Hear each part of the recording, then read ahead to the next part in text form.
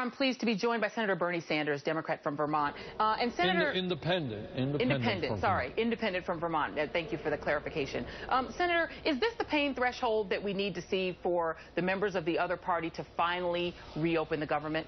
Well, I would certainly hope so. It is humiliating, it is embarrassing that when people lose their lives in battle, that their families can't even get proper burial benefits. I mean, that is unspeakable.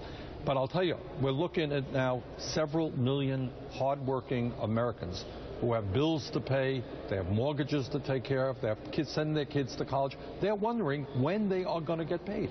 We're seeing a contraction of the entire economy, which impacts every man, woman, and child. We're seeing a situation where the President of the United States can't even represent this country in a major conference in Asia, which is now taken over by the Chinese president because he has to stay here to deal with this artificially created crisis. So we should be totally humiliated that we have a handful of right-wing extremists who are holding the American people hostage, and now, above and beyond the shutdown, are threatening not to pay our bills. And in a sense, Senator, is the House holding the Senate hostage in the sense that if a bill to fund payments for these fallen veterans' families were to come to the Senate, it would probably pass. If a bill to fund Head Start or programs for the poor were to come, it would probably pass. So in a sense, the Senate now hostage to this process.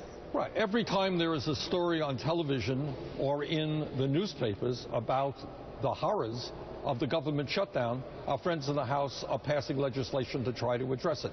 But the reality is we have 2 million people who are not being paid, hundreds of thousands who are not at work, tens of millions of people who do not make the headlines. I worry about kids in Vermont who are not going to be able to go to a Head Start program. I worry about senior citizens who get Meals on Wheels, who are so fragile they can't even get out of their home.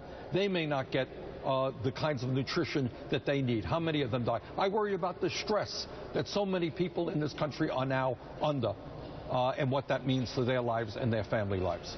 And Senator, you know, I'm curious, and I know a lot of our viewers are curious, when you talk to members on the other side of in the Republican caucus, and I'm sure you have some conversations with them, what is their rationale at this point? What do they want?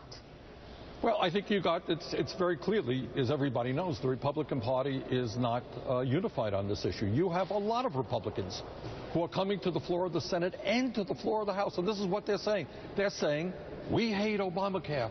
We wanted to fund Obamacare. But you know what? We lost the election. Obama is the president. And we are going to have to proceed in a different way. If we want to make changes in Obamacare, there is a legislative process. What they are saying loudly and clearly is you cannot hold the American people hostage. You cannot refuse to pay your bills and throw the entire world into a catastrophic financial situation because you want to get your way. Indeed, indeed. Independent Senator Bernie Sanders of Vermont, our thanks. And we'll be right back.